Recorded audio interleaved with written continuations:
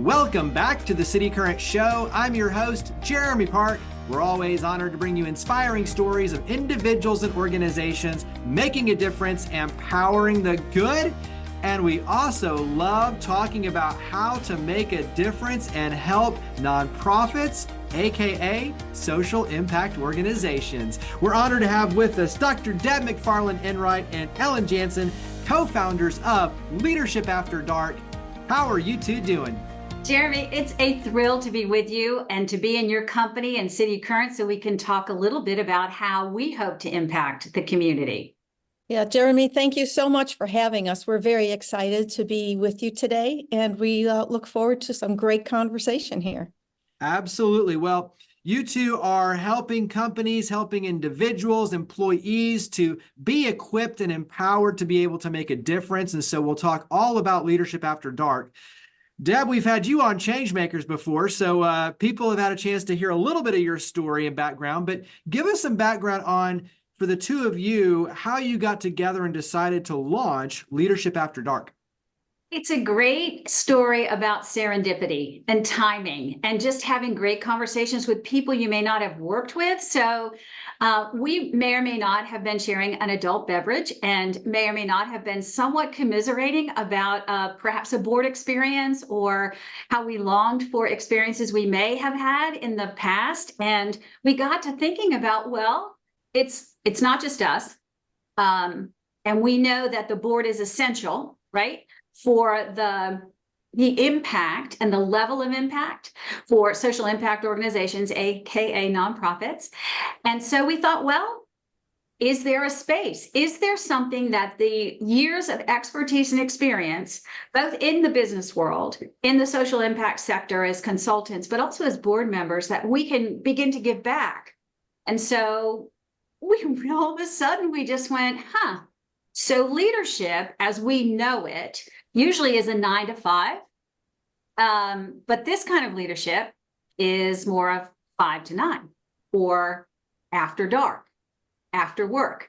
And so we have enjoyed a couple of things, Jeremy, getting to know each other better because we just kind of knew each other in the periphery. And then as networkers do, you're like, hey, want to go and just chat? And now we find ourselves working together to make a difference. And we're very, very excited about this new training program.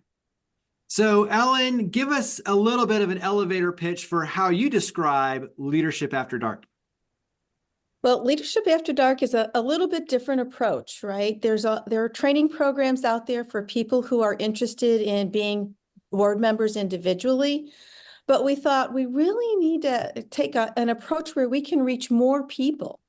And the way we thought would be best would be to kind of look at it as a triangle, right? A company and how they serve the community, how the associates within that community serve the company, but also the community. And then how does the community really benefit from having the company and also the associates really involved and ready to make a difference from day one? So we wanted to take that approach to reach more people as opposed to just one at a time.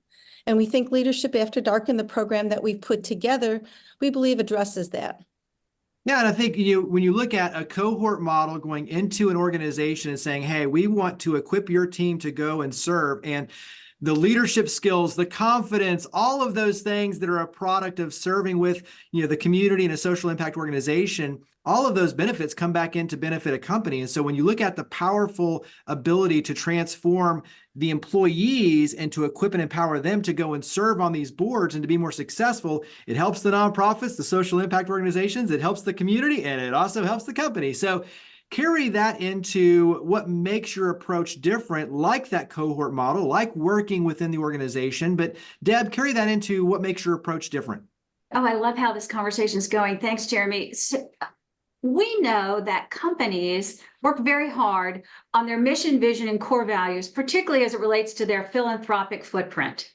And so what we're able to do with the core curriculum that we have put together is align it strategically, intentionally with the mission, vision, and core values of the corporation or the company, so that it becomes a working culture, an active culture. It increases the brand reputation across the community. I mean, you and I know that once a cohort is trained, all of a sudden the social impact organizations will say, oh, we need to go there. They've had training. They understand from soup to nuts, from documents to responsibilities to actively through simulation. They know what it is to be a board member active day one, not waiting for some on-ramp to feel comfortable.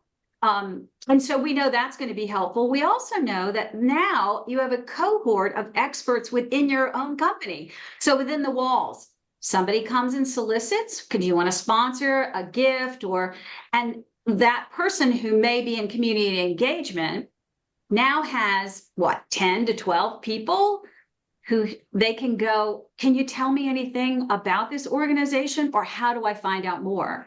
We're going to take them through 990s, and not just like, here's what the form looks like, but actually unpack it. We're going to have them assess their own expertise and experience for boards. We're going to ask them to look at a bunch of social impacts and what feels good. We're also going to have, in a small group activity, build a board. So here's a scenario, right? So who needs to be in the seats? Our number one truth is that these board seats are priceless. And we need to make sure that our social impact organization folks who work 60 hours in one day to make a difference have the advisors at the ready to provide the best source of support for them. Yeah, I think for the community, it's important to understand the gaps. The board seats are priceless, but so many go into those unprepared. They don't know what they're getting themselves into in terms of responsibilities and roles. They're not prepared day one to step in and really create change and be a positive force for good. And so they're spending the first 2 or 3 years really learning the way. Whereas they could be a trained and equipped, board member stepping in to really help the nonprofit, the social impact organization, and the community. And then when you look at the companies, employees now are looking for purpose. They're looking for a higher purpose in the workplace. And all the studies and research, shows that for those who have the training and the opportunities to go and serve, they're more happy, they're more productive. All of the, the positive numbers, they go in the right direction when you allow your team to go and serve in the community. And so we need people physically involved. We need them trained and equipped to be good board members. And at the same time, the companies need happy, productive employees who have a higher purpose. So I think that's where, when you start looking at this and all these gaps that you're stepping in to really be a solution for, it's really important. Ellyn, talk about some of the things from your vantage point when, you hear Deb talk about all these, kind of gaps and areas where you can really step in and pour in. What are some of the areas that have your attention on, okay, these are the gaps. These are our opportunities to really step in and pour in good content that's going to help them be more successful. What are some of those kind of main topics and themes? Right. Well, again, as Deb had pointed out, we're going to do a lot of the 990 pieces to really dig in, but it's really to have that opportunity to talk to some of the people that have already served on boards. So whether they're already board presidents, how does that relationship with the executive director and the boards go? That's always a point of could be a point of contention, right? So really, what are some of the things that the issues they may run into with that board versus the executive director? How can they really help improve that relationship and get that running quicker? So I believe that that's really where we're going to see the most benefit from my perspective, is that relationship with the people that are actually serving as presidents, executive directors, and even nominating committee board members. We're going to have those people come in live. The other thing that we're going to do is really look at some of the organizations that the company already participates in, right? And we're going to look at and evaluate how is that relationship developing, not only for the organization itself, but for the company and the associates. So those are the two aspects that I think are going to be most beneficial from my perspective of our program. Deb, let's bounce back to you. I know it's a very broad question, but I'm just curious, when you talk about board service, give us just one of your favorite tips, or maybe one that comes to mind, and it could be around anything. But, when you talk about serving with a social impact organization, serving on a board, give me one of your just, first tips that comes to your mind in terms of being impactful, meaningful, and productive with that opportunity. I think the first thing is to bring joy to the opportunity, right? And to understand that this is a business. But I kind of have 4 words that I've always used and share with folks who are looking into board service or perhaps a bit frustrated by what they might be experiencing. And that is first to listen.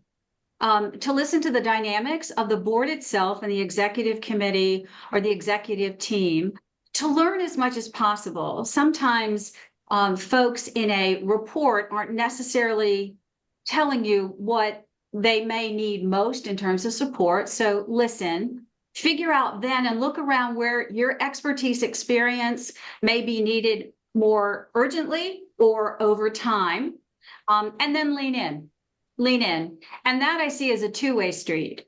You may come from a finance world and lean that in because that's kind of the obvious match.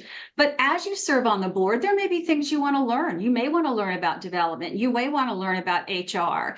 And that also improves your soft skills. So it's, you know me, and you know how much I love to serve on boards and how impactful they've been on my life. So listen, learn, look around, and lean in are my top tips.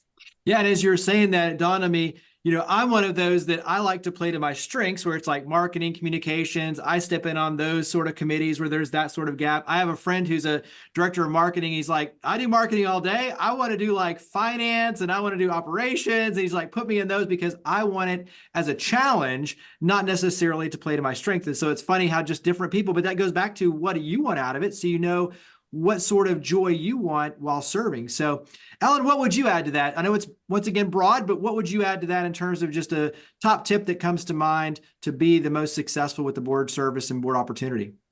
I really believe that you shouldn't be afraid to give your opinion.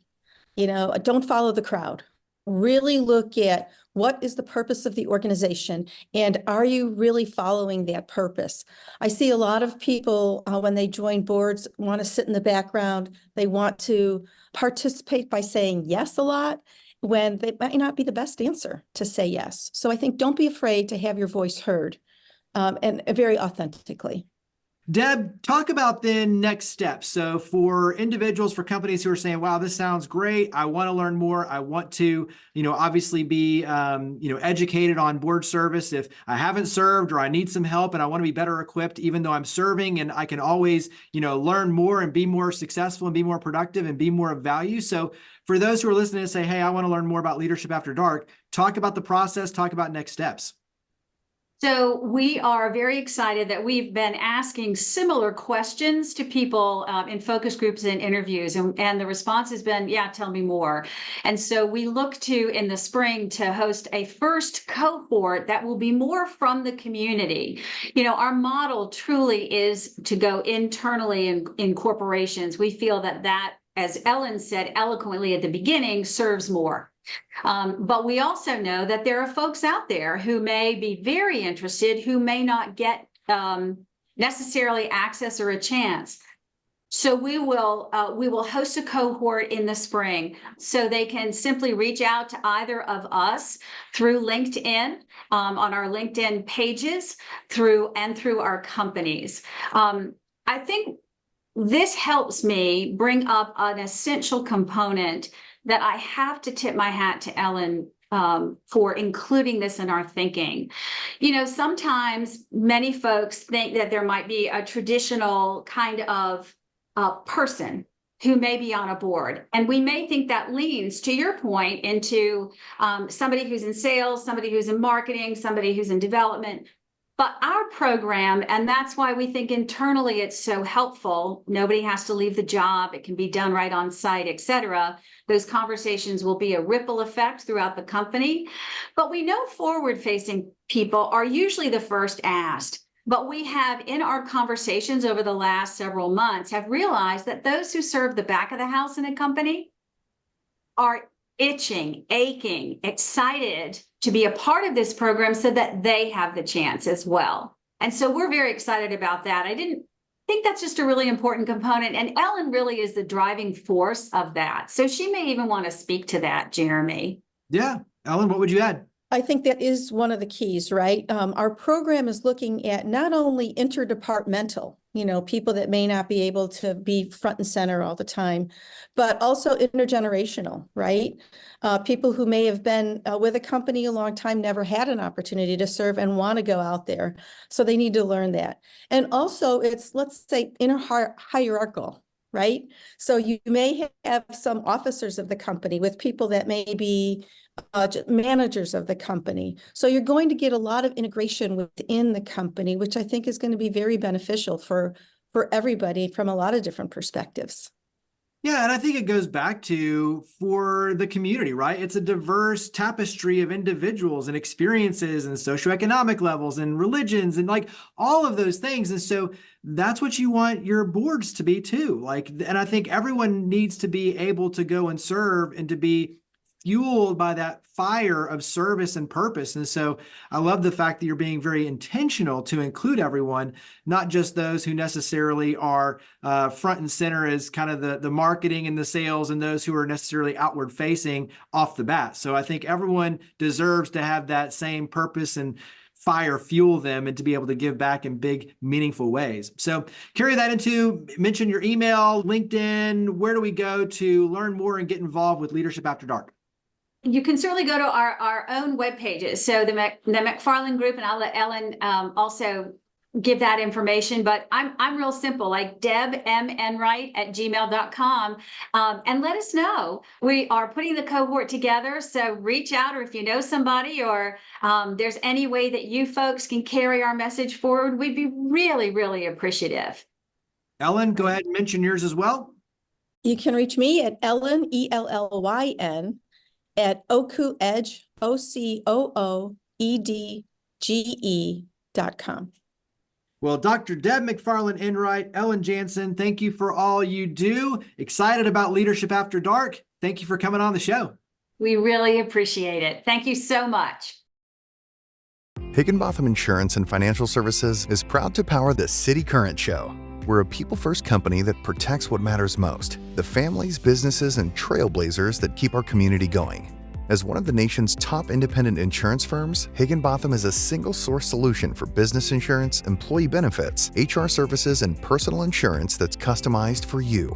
We're here to serve you, the people you care about, and your community. Call 866-377-1959 or visit higginbotham.com.